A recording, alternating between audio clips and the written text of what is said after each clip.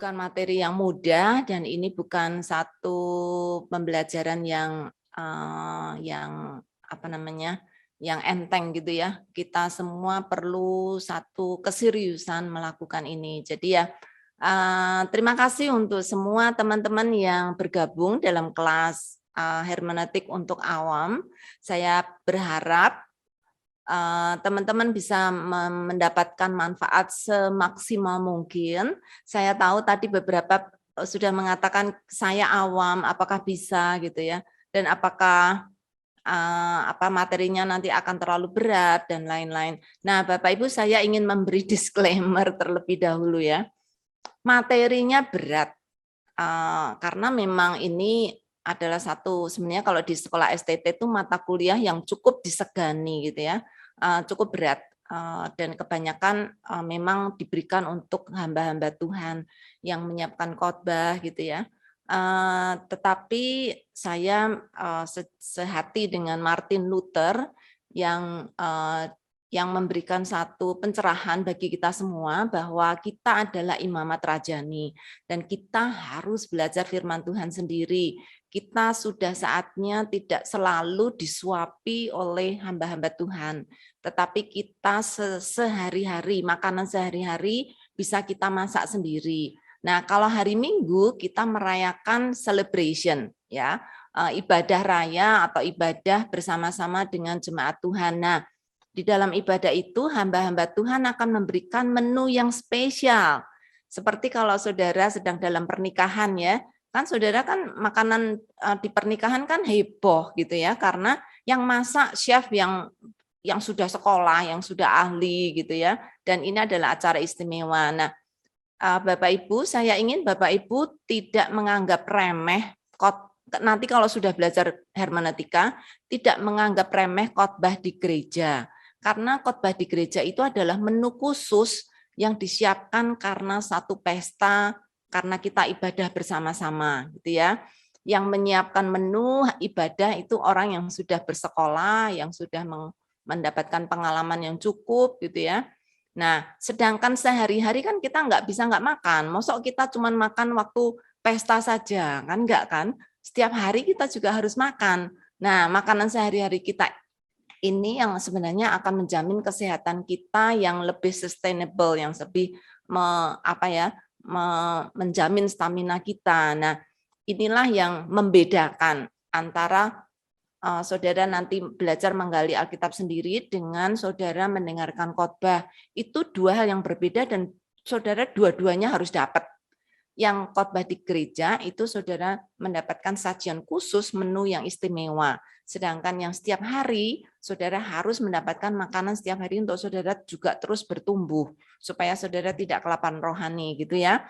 Jadi saya sangat berharap saudara menghargai apa yang saudara akan dapatkan, sekaligus saudara juga menghargai apa yang selama ini sudah diberikan oleh gereja. Mempelajari hermeneutik tidak seharusnya membuat saudara sombong. Sungguh saudara seharusnya mengapresiasi hamba Tuhan yang menyiapkan khotbah yang mati-matian gitu ya untuk memberi makan domba-domba. Nah, karena itu Bapak Ibu, silakan Bapak Ibu hari ini boleh belajar.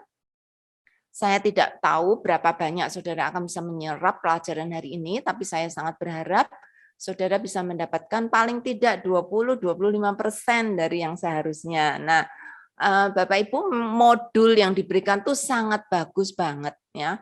Modul ini sudah dibuat lebih dari 15 tahun yang lalu dan modul ini sudah cukup sangat dikenal termasuk di STT karena sering dipakai oleh hamba-hamba Tuhan juga yang atau dosen-dosen yang mengajar gitu ya sebagai bahan materi silabus atau menjadi referensi. Nah, untuk mempersiapkan kelas ini saya mengolah ulang gitu ya modul yang saya buat puluhan tahun yang lalu dan ini menjadi sangat jauh lebih baik daripada yang kemarin dulu. Nah, tapi ini adalah materi STT dan materi termasuk juga untuk S2. Nah, Bapak Ibu, kenapa saya tetap memberikan materi yang terbaik untuk Bapak Ibu walaupun mungkin Bapak Ibu cuma awam? Karena supaya saudara tahu standar tingginya tuh ada di mana gitu ya. Dan saya sangat berharap sekalipun mungkin ini pertama kali dan saudara mungkin nggak bisa mengunyah semuanya gitu, tapi paling tidak saudara punya gambaran yang cukup luas sehingga saudara tahu berapa banyak saudara masih harus belajar lagi gitu ya. Nah, karena itu Bapak Ibu, saya sekali lagi ini adalah materi yang cukup berat. Ini materi biasanya diberikan untuk 1 semester di STT. Nah, saudara bisa 1 semester dan 1 minggu itu 2 kali, karena kadang ini bisa 4 kredit untuk mata kuliah ini. Nah, padahal saya diminta untuk menyampaikannya dalam 30 menit. Jadi saudara bisa bayangkan saya nggak mungkin akan bisa menyelesaikan semuanya. Nah, karena itu walaupun Bapak Ibu wajib untuk mendengarkan materi, pemaparan materi, saudara juga wajib membaca modulnya sendiri. Ya, karena saya mungkin akan banyak skip beberapa bagian karena tidak mungkin saya akan jelaskan seluruhnya, tetapi saudara wajib membaca modul. Nah, nanti di dalam kelas diskusi setiap hari akan membahas 1 pelajaran dan 1 pelajaran itu banyak banget Bapak Ibu, tapi paling tidak saudara akan mengicipi gitu ya setiap pelajaran yang diberikan. Nah, kemudian Bapak Ibu saya akan menjelaskan kerangka utamanya saja supaya dalam setengah jam atau mungkin lebih dari setengah jam saya bisa menyelesaikan materi ini. Jadi Roma maafkan saya kalau nanti lebih dari waktu ya. Ya Bu. Oke, kita siap mulai? Saya boleh melihat jempol-jempol untuk mereka yang membuka audio. Oke, thank you. Saya akan share screen.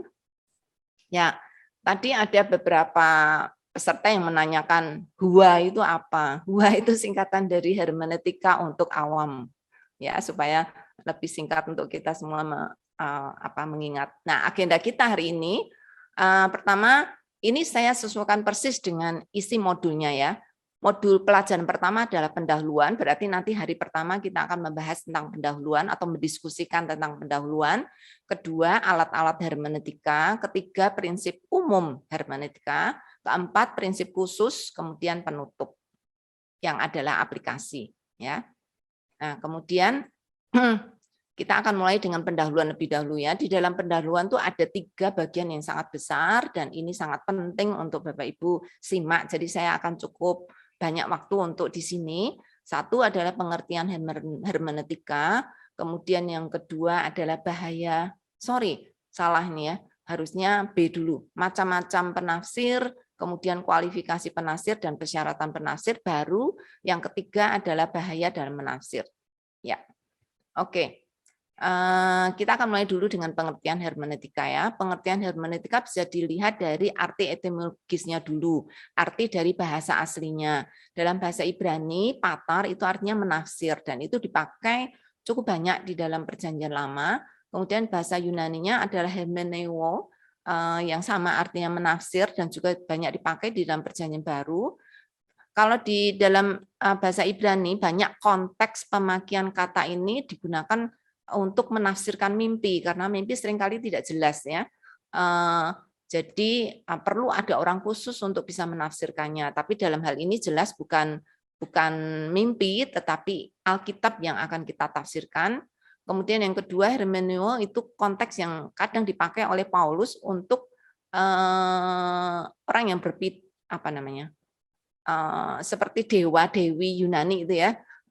Dewa Hermes yang tugasnya adalah menjelaskan. Ya, ini dari arti etimologis ini kita bisa mengambil kesimpulan atau memberikan definisi untuk hermeneutika, yaitu ilmu yang mempelajari teori-teori, prinsip-prinsip atau aturan penafsiran Alkitab. Memang saudara kita memakai kata hermeneutika itu bukan eksklusif untuk orang Kristen ya.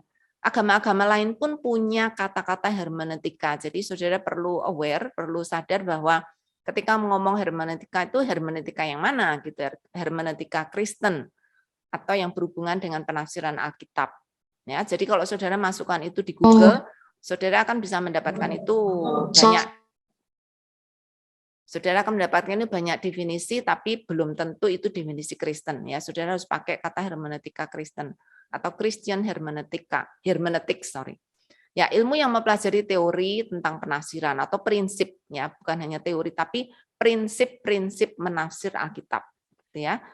Tapi dari banyak ahli mereka juga mengatakan bahwa di dalam hermeneutika itu tidak hanya prinsip saja yang diajarkan, tetapi juga prakteknya, karena hermeneutik juga sebagai seni untuk menguji keterampilan mengaplikasikan prinsip-prinsip penafsiran Alkitab. Jadi ngerti prinsipnya aja itu bukan berarti saudara udah langsung otomatis pinter pinter menafsir, enggak gitu ya.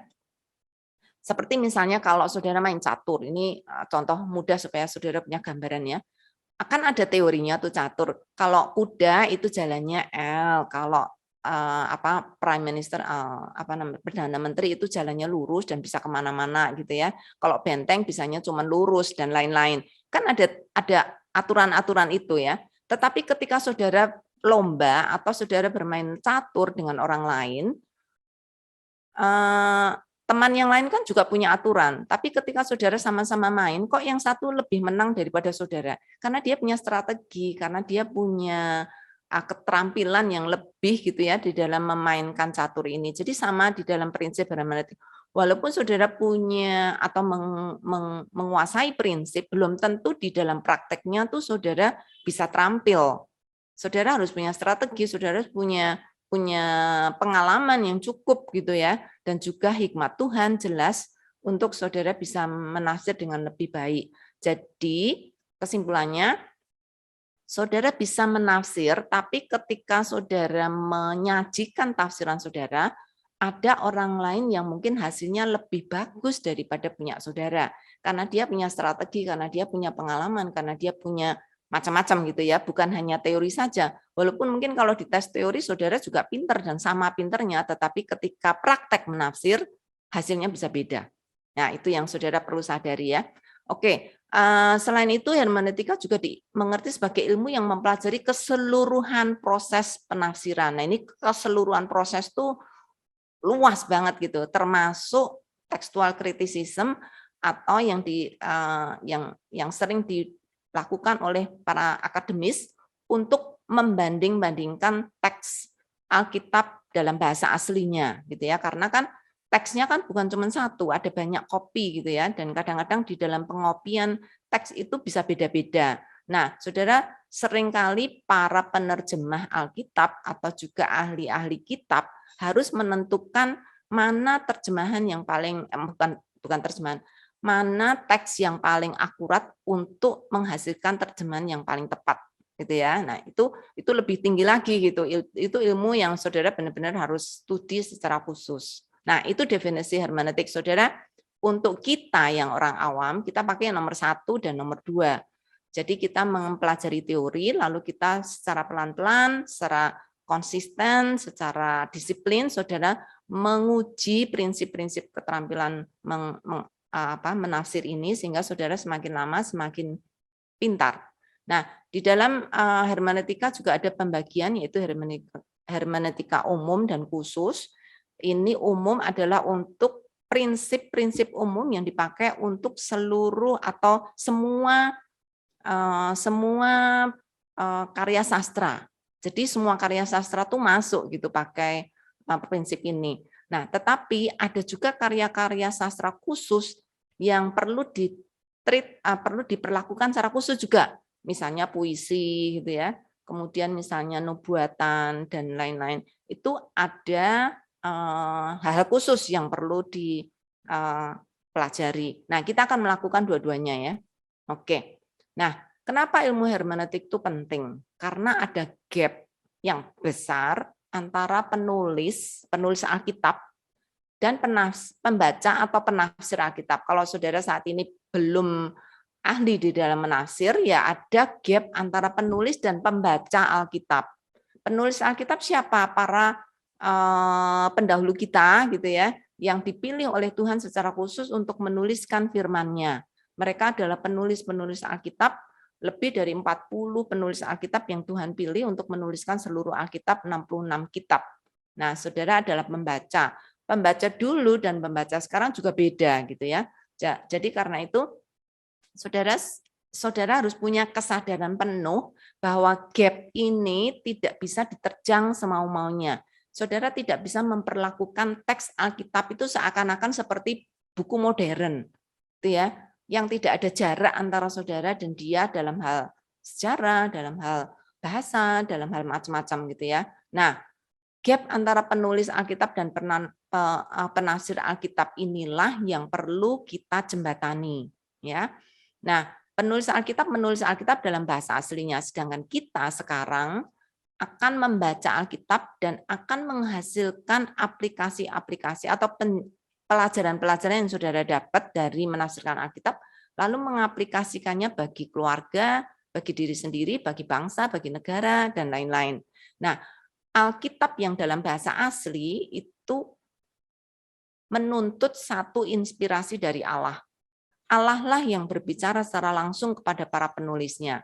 Sedangkan kita tidak lagi menerima inspirasi langsung dari Allah, tetapi kita dibantu oleh Roh Kudus untuk diterangi sehingga kita bisa mengerti apa maksud Alkitab.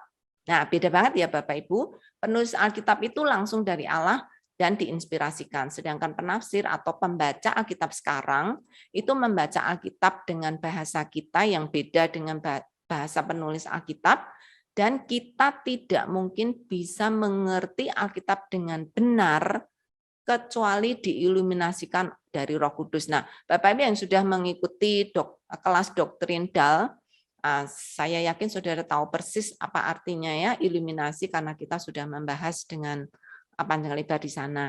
Nah, gap yang kita bicarakan sini adalah gap bahasa. Karena dulu pakai bahasa kuno, bahkan sekarang pun bahasa itu sudah nggak dipakai. Kita memakai bahasa Indonesia. Wah, jaraknya jauh banget gitu ya dari bahasa Ibrani kuno dan kita sekarang. Kemudian juga para penulis ini menuliskan dengan keberadaan mereka di dalam budaya mereka ketika mereka hidup. Dan itu budaya ribuan tahun yang lalu gitu ya. Bahkan Musa, wah itu sudah lebih lagi ribuan tahun yang lalu. Kemudian juga ada gap geografis. Keadaan zaman itu dengan zaman sekarang beda banget gitu ya. Kalau saat itu mengatakan Gunung Sion gitu ya. Kita sekarang mungkin kalau saudara pernah pergi ke Israel dan melihat gunung itu, loh kok gunungnya cilik mentik gitu, kok dibilang gunung sih? Itu mah kayak bukit gitu ya. Tapi zaman dulu mungkin mereka tidak pernah melihat gunung yang sangat tinggi karena jauh dari tempat mereka berada, di daerah situ tidak ada gunung yang tinggi. Tapi mereka menganggap itu satu, misalnya itu ya salah satu contoh. Sejarah juga mereka hidup dalam lingkungan keadaan kerajaan, bahkan penjajahan dan lain-lain ketika menuliskan Alkitab ini, sehingga perlu mengerti keadaan pada saat itu. Ya, nah inilah tugas hermeneutika. Ketika saudara menafsirkan Alkitab tuh, saudara itu harus menyadari gap ini dan menjembatani. Oke, kalau dulu itu para penulis Alkitab mengatakan A, kalau sekarang apakah artinya masih sama? Bisa saja sudah ada pergeseran arti, tidak sama lagi seperti dulu, misalnya gitu ya. Jadi itulah yang menjadi tugas hermeneutik, itulah yang akan kita pelajari bersama-sama. Apakah kita nanti pasti akan bisa menjalankan prinsip ini secara baik? Belum tentu juga gitu ya, tergantung ketelitian saudara, kedisiplinan saudara, dan kemauan saudara termasuk motivasi saudara. Ya, oke. Itu saya harap cukup jelas tentang pengertian hermeneutik. Sekarang adalah macam-macam penafsir. Nah, apakah memiliki keterampilan menafsir akan otomatis menjadi penafsir yang baik? Tidak. Bahkan pada zaman Tuhan Yesus saja ada beberapa macam penafsir. Nah, ini saya macam-macam penafsir ini saya catat berdasarkan konteks Tuhan Yesus pada saat itu ya. Yang dimaksud penafsir resmi itu adalah orang-orang yang memang sudah belajar mengalami satu kurun waktu yang cukup untuk mereka benar-benar meneliti kitab-kitab gitu ya, dan belajar dari orang lain jelas. Nah, pada zaman Tuhan Yesus mereka itu adalah para imam, para ahli Taurat, para farisi gitu ya. Mereka itu penafsir resmi. Jadi mereka bisa saja kalau ada orang yang bukan imam, bukan ahli Taurat, bukan Farisi, menjelaskan, ini loh, ini tuh seperti ini, Allah berkata begini pada zaman Musa, ini begini. Wah, mereka akan menertawakan, mereka menganggap, you tahu apa gitu. Itu sebabnya para ahli Taurat, Farisi itu sangat menghina Tuhan Yesus, karena Tuhan Yesus bukan ahli Taurat, bukan Farisi, bukan imam, tapi dia menjelaskan tentang isi firman Tuhan dengan sangat baik. Tapi karena mereka nggak terima dan juga bahkan hasil terjemahan, hasil penafsirannya Tuhan Yesus itu beda dengan ahli Taurat, maka ahli Taurat itu sangat tidak suka, sangat merasa diperlakukan dengan merendahkan, karena Tuhan Yesus itu nggak sekolah, kok dia berani-beraninya menafsir. Kemudian kedua, apalagi tafsirnya beda dengan mereka gitu ya. Nah, semakin mereka menganggap, ini Tuhan Yesus ngawur, Tuhan Yesus sesat. Makanya kalau saudara melihat para ahli Taurat, tuduhan para ahli Taurat adalah Yesus menyesatkan orang-orang gitu ya dengan penafsirannya. Nah, kemudian ada juga yang dinamakan penafsir palsu. Penafsir palsu ini dengan sengaja, kalau saudara membaca sejarah gereja-gereja awal, mula-mula, Paulus sering menyebatkan, hati-hati dengan para penafsir palsu atau dengan orang-orang yang memberitakan firman Tuhan dengan salah, entah salah motivasi, entah salah penafsiran gitu ya. Tapi mereka adalah penafsir palsu, karena mereka dengan sengaja menyesatkan orang lain untuk mengerti Alkitab tidak seperti yang seharusnya. Kemudian ada yang dinamakan penafsir benar. Nah, penafsir benar kita tahu Kristuslah yang menjadi teladan penafsir benar. Dia menjelaskan dengan jelas, bahkan dia juga mengerti keseluruhan sejarah Israel dan juga seluruh firman Tuhan. Karena yang memiliki firman Tuhan adalah Bapaknya dan dia tahu persis apa yang dimaksud oleh Bapaknya. Nah, itulah yang perlu kita teladani. Bagaimana kita mengerti hati Allah, bagaimana kita mengerti firman Tuhan, mempelajarinya dengan baik dan bisa menjelaskan kepada orang lain. Ya, itu. Oke, berikutnya adalah kualifikasi. Kalau saudara merasa aku layak enggak ya jadi penafsir. Nah, saudara, kelayakan saudara bukan ditentukan oleh orang lain, tetapi oleh firman Tuhan. Apakah saudara memiliki hati yang baru? Hati yang baru itu artinya orang yang sudah lahir baru. Hatinya sudah diperbarui oleh Allah, ya, sehingga memiliki hati yang berasal dari Allah. Ya, nanti saudara bisa baca di 1 Korintus 2 ayat 14. Kemudian juga hati yang lapar. Apakah saudara punya kerinduan yang besar untuk mengerti firman Tuhan?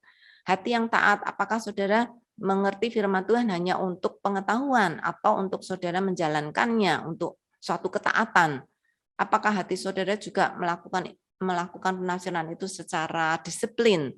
Saudara tidak hanya comot sana, comot sini. Saudara tidak hanya dengar sedikit sana, sedikit sini gitu ya, tetapi saudara mempelajarinya secara sistematis, secara disiplin.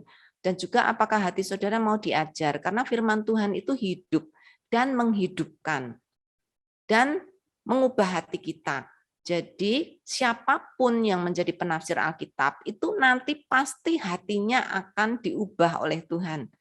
Perlahan tapi pasti, karena firman Tuhan itu punya kuasa untuk mentransformasi hidup seseorang.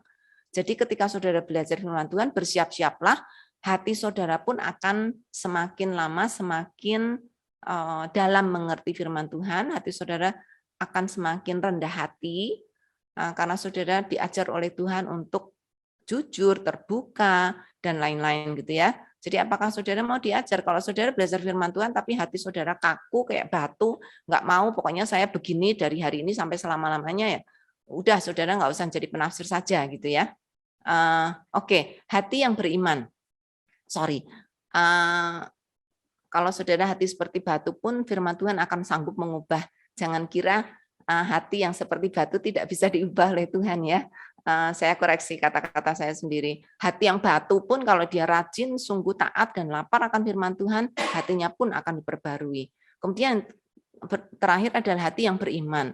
Ketika saudara membaca firman Tuhan, apakah saudara percaya bahwa Alkitab adalah firman Allah? Kalau nggak percaya, saudara akan terus-menerus diombang-ambingkan dan saudara tidak akan pernah memiliki keteguhan hati. Ya, nah selain kualifikasi, saudara juga perlu persyaratan. memang menjadi penafsir itu bukan sembarangan. Ada syarat-syarat yang saudara harus penuhi, paling tidak ini syarat basic ya. Syarat basicnya itu bukan saudara harus pintar bahasa Inggris, saudara harus pintar bahasa Yunani, Ibrani. Itu bukan persyaratan yang esensi gitu ya, yang hakiki. Nah, ini adalah beberapa persyaratan esensi yang saudara harus miliki. Kalau saudara ingin menjadi seorang penafsir yang baik, saudara harus percaya pada doktrin inspirasi Alkitab. Bahwa Alkitab adalah firman Tuhan. Bahwa Alkitab adalah otoritas tertinggi dan satu-satunya. Bahwa Alkitab adalah tanpa salah diberikan kepada para penulis Alkitab. Dan lain-lain. Saudara bisa belajar dari doktrin inspirasi Alkitab ya. Saudara harus percaya itu. Kalau tidak, maka apa yang saudara pelajari tidak akan pernah saudara yakini, ya. Oke, kedua, percaya pada Roh Kudus sebagai iluminator. Saudara tidak mungkin bisa menafsirkan Alkitab dengan kepandaian saudara. Sepandai-pandainya manusia, kita tidak bisa melihat Alkitab dengan kacamata yang bersih dan utuh. Nah, saya mengatakan kacamata utuh karena kalau diumpamakan sebagai kacamata, kita itu sekarang karena sudah jatuh dalam dosa, kita tuh pakai kacamata yang retak. Saudara bisa bayangkan, saudara yang pakai kacamata bisa merasakan ya, kalau kacamata saudara tuh bahasa Jawanya bentet atau retak. Saudara nggak bisa melihat garis yang lurus tuh lurus. Kalau ada orang di depan saudara, kacamata saudara retak, itu badannya melengkok-melengkok gitu ya. Itu apakah saudara salah melihat orang? Tidak. Saudara bisa melihat orang itu, tapi tidak benar kan? Tidak 100% benar. Karena harusnya badannya lurus, tapi saudara di kacamata saudara kok bengkok-bengkok badannya. Nah, sama seperti itu. Apakah seorang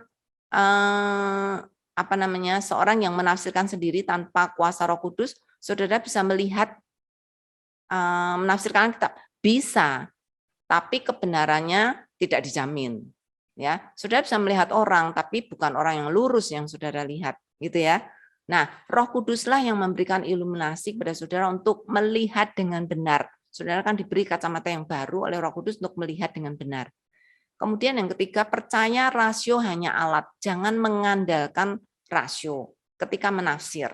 Wah, kalau saya pinter, kalau saya IQ-nya tinggi, pasti saya bisa menafsir dengan baik dan benar. Belum tentu. Rasio kita itu juga sudah dinodai oleh dosa, sehingga sudah tidak setia lagi kepada kebenaran. Rasio kita harus disucikan terlebih dahulu oleh firman Tuhan, supaya rasio bisa dengan jujur melihat dengan baik.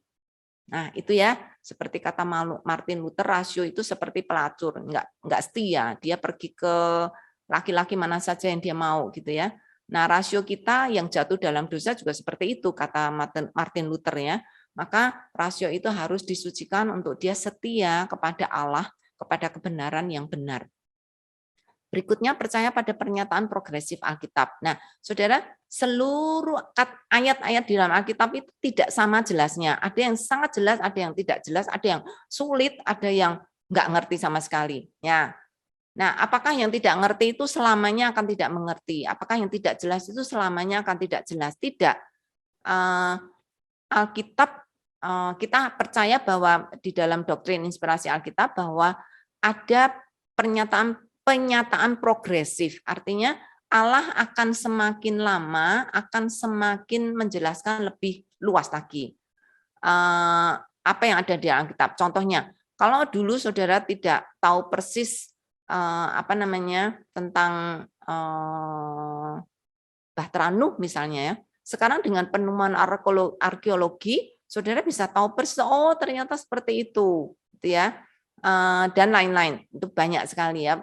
Yang dulu tidak jelas, sekarang menjadi lebih jelas dan akan semakin jelas. Gitu ya. Jadi saudara beruntung hidup pada zaman sekarang. Kalau saudara hidup kira-kira mungkin 50 tahun yang lalu, mungkin Alkitab tidak sejelas sekarang gitu ya. Karena dari penyelidikan dan lain-lain. Nah, kemudian yang berikutnya, percaya pada scripture, interpret scripture. Percaya bahwa Alkitab bisa menjelaskan dirinya sendiri. Tidak perlu sumber dari lain, untuk diandalkan. Kata diandalkan ini penting ya, bukan berarti kita nggak bisa pakai bahan-bahan lain, bisa, tapi diandalkan. Penjelasan tentang hal rohani hanya bisa dijelaskan oleh yang rohani, gitu ya. Yang terakhir adalah percaya pada hubungan PL dan PB. Ada banyak orang Kristen yang percaya Alkitab tapi hanya PB saja. Ya, saudara, untuk menjadi seorang penafsir akan sulit sekali karena hubungan PL dan PB begitu dekat dan begitu jelas ya. Ya, itu persyaratan penafsir. Saya harap saudara sekarang semakin punya confident bahwa Allah akan menolong saudara. Ya, oke. Berikutnya adalah bahaya dalam menafsir. Saya tidak akan jelaskan satu persatu karena ini nanti akan menjadi praktek-praktek kita juga gitu ya. Bahaya dalam menafsir tidak mempedulikan gap. Jadi gap sejarah nggak usah belajar melihat arti Ibraninya, Yunaninya. Oh, nggak usah lihat latar belakang para penulisnya. Nah, itu saudara sedang dalam bahaya ya, karena bahaya kesalahan menafsir itu besar sekali. Kemudian mencopot ayat dari konteksnya, itu nanti saudara akan belajar lebih banyak. Kemudian menafsir harafiah yang salah. Jadi menafsirkan hal-hal, karena saudara percaya Alkitab itu ya benar dan amin, jadi saudara menafsirkan apa adanya, secara literal, gitu ya. Nah, tidak semua kata di dalam Alkitab itu bisa dibaca secara literal atau secara harafiah. Karena Alkitab memakai bahasa kiasan, memakai simbol, memakai tipologi, ya nggak mungkin saudara bisa terjemahkan itu apa adanya. Misalnya, kalau ketika Yesus berkata, akulah roti yang hidup, apakah berarti Tuhan Yesus bisa dimakan? Kalau Tuhan Yesus berkata, akulah pintu bagi domba-dombaku, apakah berarti kalau kita mau pergi ke peternakan, saya harus bawa Tuhan Yesus karena dia pintu? Enggak kan? Nah, itu ada beberapa penafsiran yang jelas-jelas bukan arti harafiah, dan ada yang kurang jelas apakah itu harafiah atau tidak. Jadi kita harus pakai hikmat Tuhan dan pakai akal sehat untuk menafsirkannya. Kebalikan dari itu adalah merohanikan setiap ayat. Wah, ini kok ayatnya kok terlalu mudah untuk saya mengerti. Oh, ini mungkin punya arti lain. Lalu saudara menggali, kemudian saudara menafsirkan saudara seperti angka-angka Bible code gitu ya. Itu angka yang cuman angka. Memang ada angka yang merupakan simbol, tapi bukan berarti semua angka itu harus dirohanikan. Dan juga apakah semua kata harus dirohanikan? Tidak. Ya. Kemudian terjemahan Alkitab yang kurang tepat. Kadang-kadang, saudara, ada Alkitab yang memang di bagian-bagian tertentu ada penerjemahan yang kurang tepat. Sehingga ketika saudara menafsirkan, mungkin saudara akan menafsirkan dengan sedikit kurang pas. Kalau dibilang salah total kemungkinan enggak, tapi kurang tepat gitu ya. Contoh ya misalnya, kalau di dalam satu tafsiran dikatakan Yusuf itu adalah seorang yang saleh. Nah, saudara kan dalam konotasi saudara ini dia orang yang bermoral, orang yang baik gitu kan.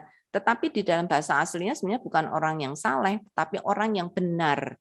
Artinya dia punya hidup religius yang dekat dengan Tuhan gitu ya.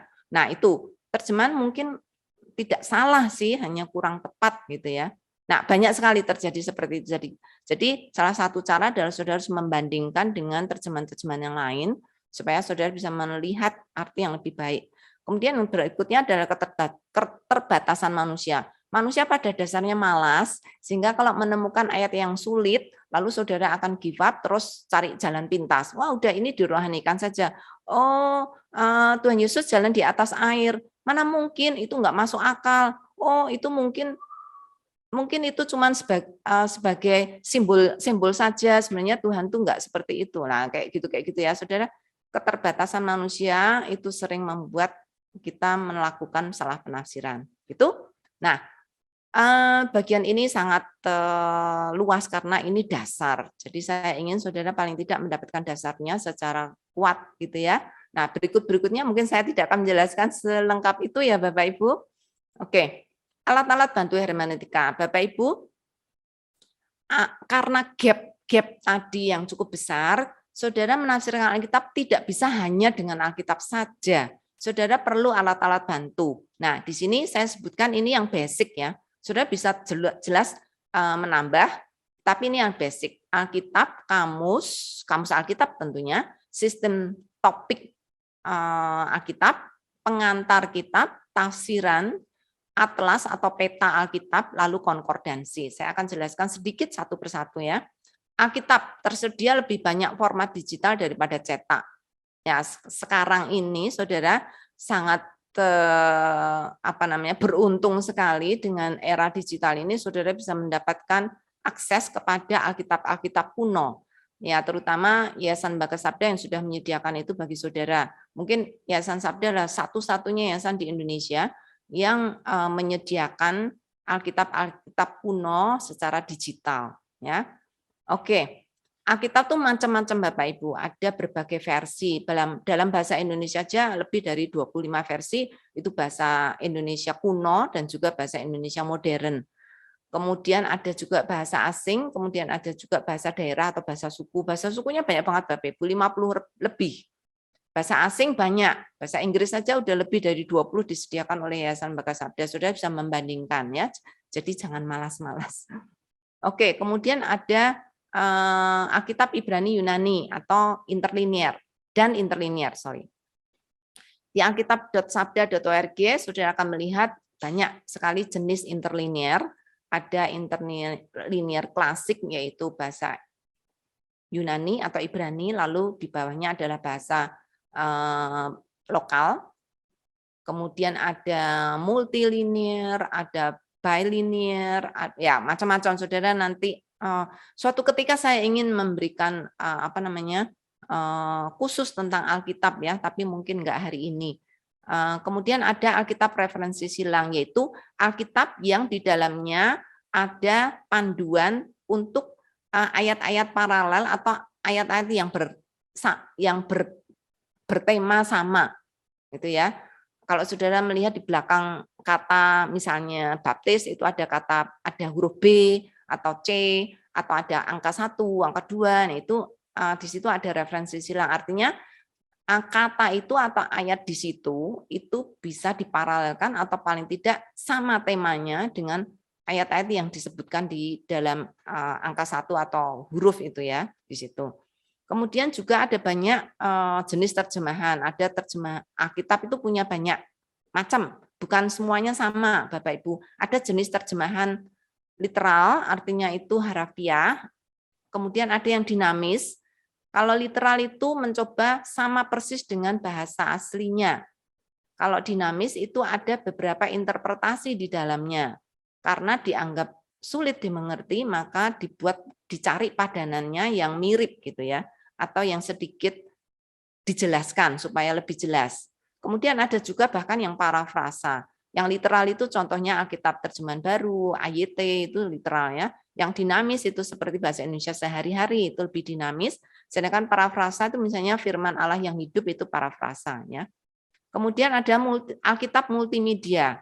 Alkitab bergambar, ada cerita Alkitab, kemudian itu disediakan oleh Yayasan Sabda, aplikasi-aplikasi bisa saudara unduh. Kemudian ada Alkitab audio, ada Alkitab video, kemudian ada Alkitab karaoke. Nah, maksudnya apa itu? Nah, silakan datang ke situs mobile Sabda untuk saudara bisa tahu lebih banyak atau bahkan mendownload Alkitab karaoke secara gratis. Semua yang disediakan Yayasan Sabda itu gratis. Kemudian ada kamus. Sabda juga menyediakan ekstensif sekali kamus, lebih daripada 20 buku-buku kamus yang saudara bisa akses. Kamus juga macam-macam, ada kamus bahasa, ada kamus leksikon, itu kamus bahasa Ibrani Yunani.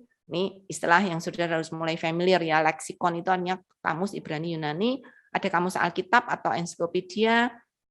Kemudian ada kamus khusus, misalnya kamus tokoh, kamus simbol, atau kamus doktrin, dan lain-lain. Ya. Berikutnya adalah ada sistem topikal atau tematik, kemudian itu dipakai untuk kalau saudara ingin menemukan ayat-ayat yang punya topik yang sama, atau di dalam seluruh Alkitab itu ada topik apa saja. Di dalam Yayasan Lembaga Sabda, saudara bisa mengakses sistem topikal yang di dalamnya ada 20.000 topik yang yang dibahas gitu ya, yang disebutkan melalui kompilasi macam-macam kamus. Kemudian ada alat pengantar kitab, artinya ketika saudara ingin membaca kitab Matius, misalnya, saudara harus membaca dulu pengantarnya. Penulisnya siapa, ditulis tahun berapa, ditulis pada zaman apa, kapan gitu ya.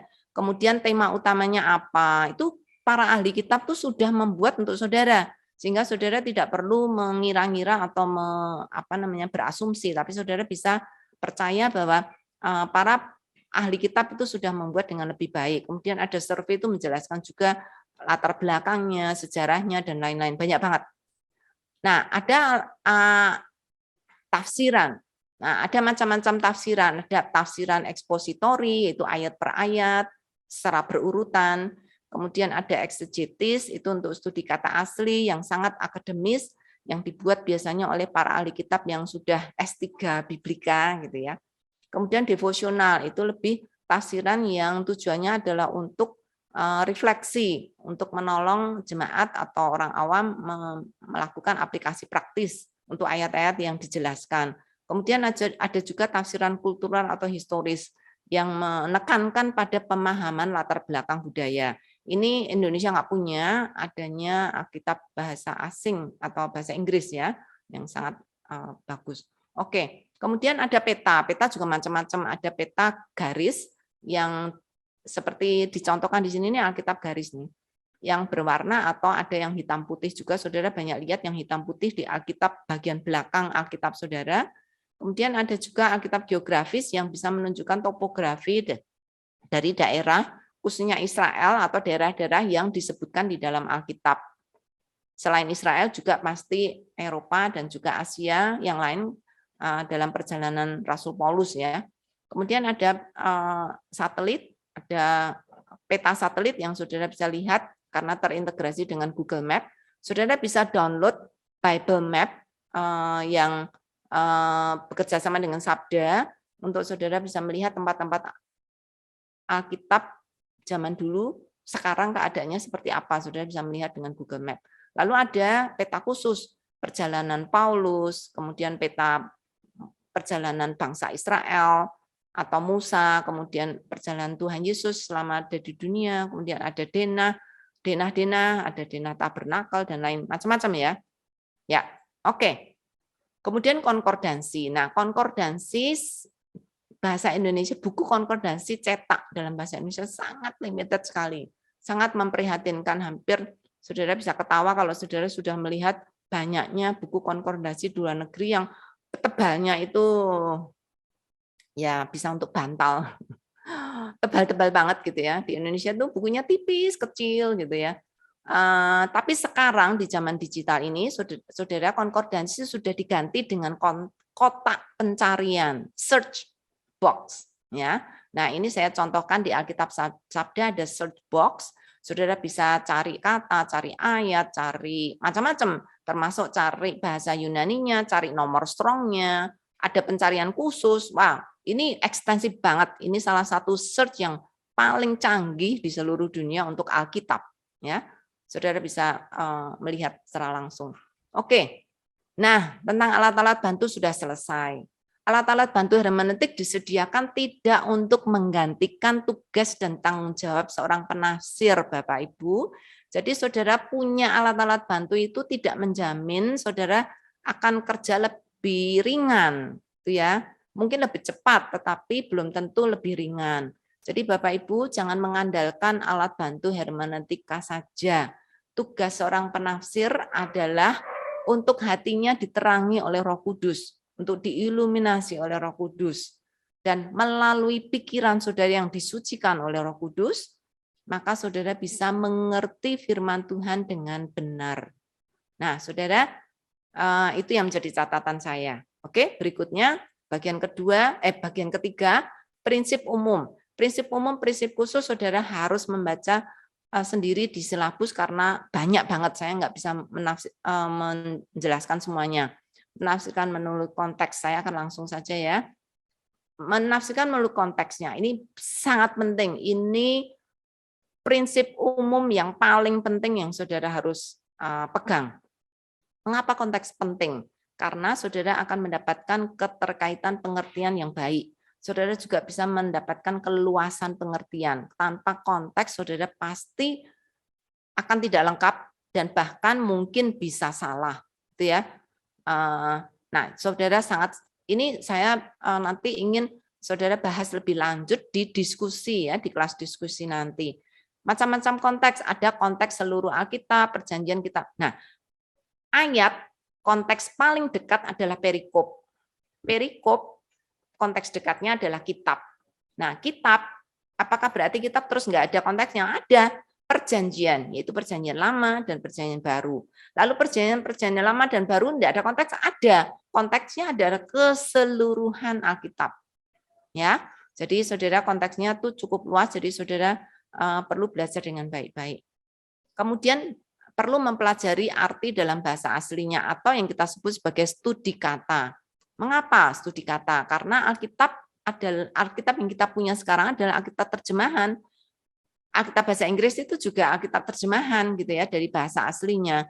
Karena itu kadang ada distorsi, kadang lost in translation gitu ya istilah itu. Nah, karena itu saudara harus mempelajari studi katanya dengan baik untuk saudara bisa mengerti arti dengan lebih baik. Kemudian petunjuk saudara bisa baca sendiri, harus hati-hati dan saudara perlu aturan-aturan yang jelas untuk menafsirkan kata di dalam Alkitab.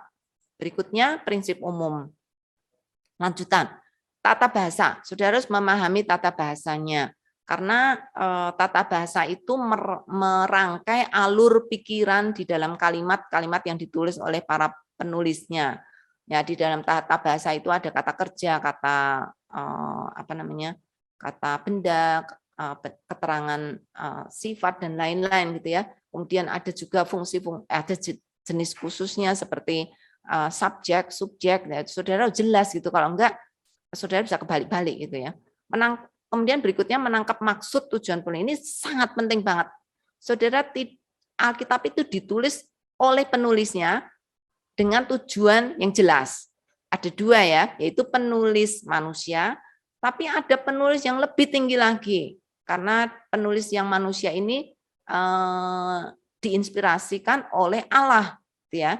Jadi kalau kita mengatakan tujuan penulisnya itu ada dua, penulis kitabnya, dan juga Allah yang memberi inspirasi kepada para penulis kitab ini. Nah, itu harus jelas karena itu menjadi pedoman. Ya, saudara nggak bisa ini ayat harusnya untuk orang yang belum Kristen sih.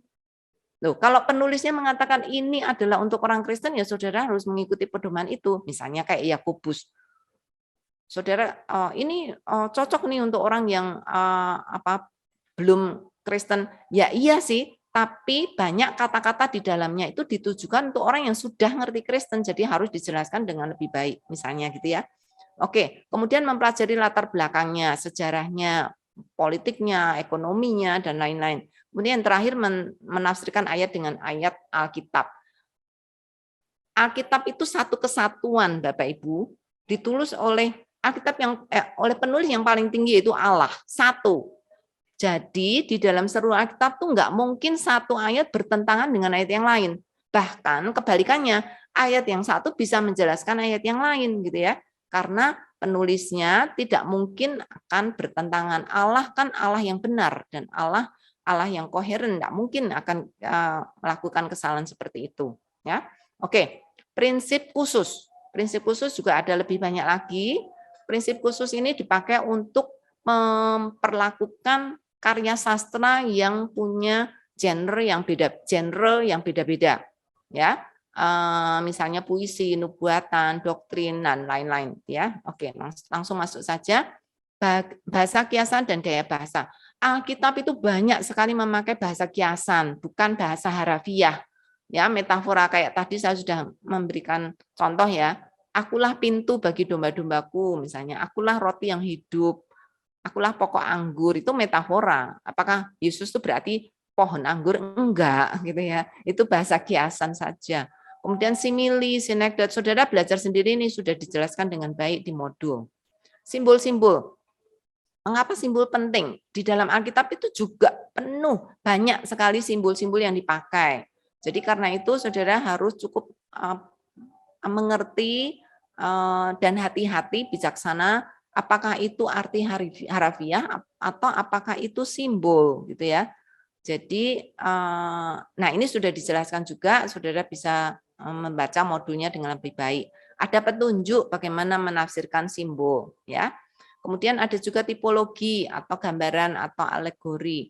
Ya, sifat tipologi dalam Alkitab itu saudara bisa pelajari dengan baik, karena tipologi kebanyakan adalah penggenapan tipologi PL digenapkan di dalam Perjanjian Baru, ya. Oke, saudara bisa membaca ini juga dengan lebih baik. Kemudian ada perumpamaan, itu tadi simbol ya. Ya ini perumpamaan dan alegori, alegori bukan di tempat tadi, tapi di sini. Mengapa Yesus memakai banyak perumpamaan? Ini paling banyak Tuhan Yesus di Perjanjian Baru memakai perumpamaan. Kemudian ada petunjuk, tidak sembarangan saudara bisa menafsirkan perumpamaan, apalagi Tuhan Yesus kadang menjelaskan arti perumpamaan itu. Jadi saudara tidak bisa memberikan arti yang lain, tapi saudara harus mengikuti apa yang sudah dijelaskan oleh Yesus. Ya.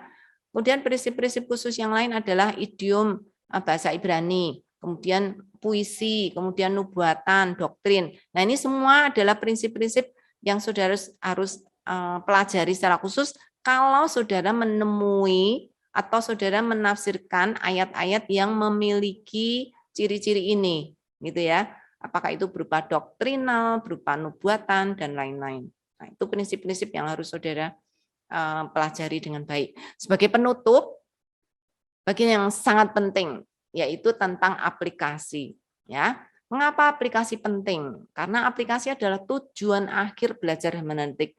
Jadi saudara belajar hermeneutik bukan untuk memenuhi kepala saudara dengan pengetahuan rohani, tapi untuk saudara bisa mengaplikasikan di dalam hidup sehari-hari. Kenapa perlu? Karena kalau saudara mengaplikasikannya, saudara akan bertumbuh di dalam kehidupan rohani saudara. Saudara akan diubahkan, gitu ya. Dan kalau saudara dengan setia bertumbuh mempelajari firman Tuhan, maka saudara akan disebut sebagai hamba yang setia karena saudara sudah menjalankan dengan taat apa yang Tuhan inginkan. Jadi firman Tuhan itu bukan suggestion ya. Bukan usulan, tapi itu perintah yang Tuhan ingin kita lakukan, ya. Dan juga karena firman Tuhan menuntut respons. Tidak mungkin tidak, saudara harus merespon apa yang menjadi panggilan dari firman Tuhan. Nah, bagaimana mengaplikasikan firman Tuhan? Saudara nanti bisa baca sendiri. Ada penjelasan-penjelasan yang saudara bisa dapatkan dan saudara akan sungguh sangat diberkati. Kalau saudara mengaplikasikan firman Tuhan, kemudian juga kalau saudara ingin mendapatkan petunjuk praktis, bagaimana bisa melakukan proses penafsiran dengan baik, saudara bisa pakai ini. Gitu. Saya akan tutup dengan 1 Korintus 2 ayat 12. Sekarang kita telah menerima bukan roh dari dunia, melainkan roh yang dari Allah, supaya kita dapat mengetahui hal-hal yang dianugerahkan Allah kepada kita. Saudara, firman Tuhan adalah hal-hal yang dianugerahkan Allah kepada kita yang sangat istimewa. Kita mendapatkan privilege untuk memiliki Alkitab karena Allah memberikan roh-Nya supaya kita bisa mengetahui. Jadi saudara, Tuhan tidak pernah menyembunyikan firman Tuhan itu, arti firman Tuhan itu dari kita. Kitalah yang malas, yang sering tidak mau tahu tentang arti firman Tuhan. Tuhan itu sudah menunggu saudara untuk menggali firman-Nya supaya saudara tahu apa yang Dia inginkan, ya. Jadi saudara jangan khawatir, jangan bilang ini hanya Tuhan yang tahu kok, kita nggak bisa tahu. Nggak mungkin gitu ya. Ini tujuan Allah memberikan kepada kita adalah untuk kita mengetahui. Nggak mungkin Tuhan akan main peta umpet sama kita ya. Oke, gitu aja. Terima kasih.